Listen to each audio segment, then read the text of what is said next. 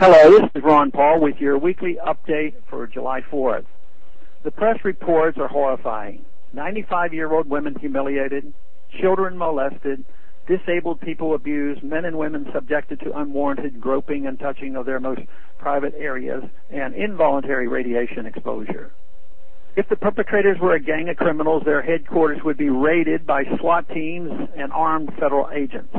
Unfortunately, in this case, the perpetrators are armed federal agents. This is the sorry situation 10 years after the creation of the Transportation Security Agency. The requirement that Americans be forced to undergo this appalling treatment simply for the privilege of traveling in their own country reveals much about how the federal government feels about our liberties. The unfortunate fact that we put up with this does not speak well for our willingness to stand up to an abusive government.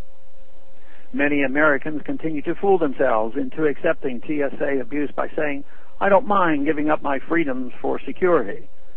In fact, though, they are giving up their liberties and not receiving security in return. Last week, for example, just days after an elderly cancer victim was forced to submit to a cruel and pointless TSA search, including removal of an adult diaper, a Nigerian immigrant somehow managed to stroll through TSA security checks and board a flight from New York to L.A. with a stolen, expired boarding pass and an out-of-date student ID as his sole identification. He was detained and questioned only to be released to do it again 5 days later. We should not be surprised to find this government ineptitude and indifference at the TSA. At the time the TSA was being created, I strongly opposed federalization of airline security, as I wrote in an article back in 2001, quote, "Congress should be privatizing rather than nationalizing airport security.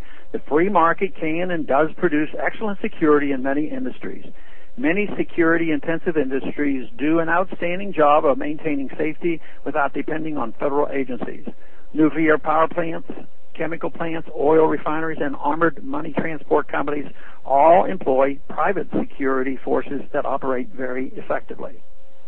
No government agency will ever care about the bottom line security and profitability of the airlines more than the airlines themselves. Airlines cannot make money if travelers and flight crews are afraid to fly, and in a free market they would drastically change security measures to prevent future tragedies. In the current regulatory environment, however, the airlines prefer to relinquish all responsibility for security to the government, so they cannot be held accountable for lapses in the future." Close quote. What we need is real privatization of security, but not phony privatization with the same TSA screeners in private security firm uniforms still operating under the guidance of the federal government. Real security will be achieved when the airlines are once again in charge of protecting their property and their passengers.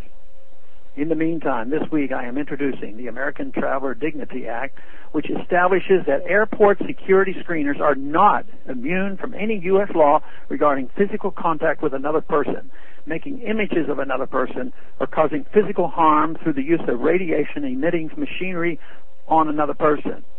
It means that they are not above laws the rest of us must obey.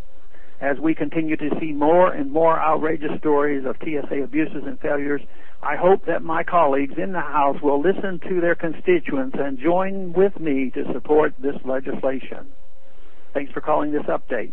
A new update is placed on this number, 888-322-1414, every Monday.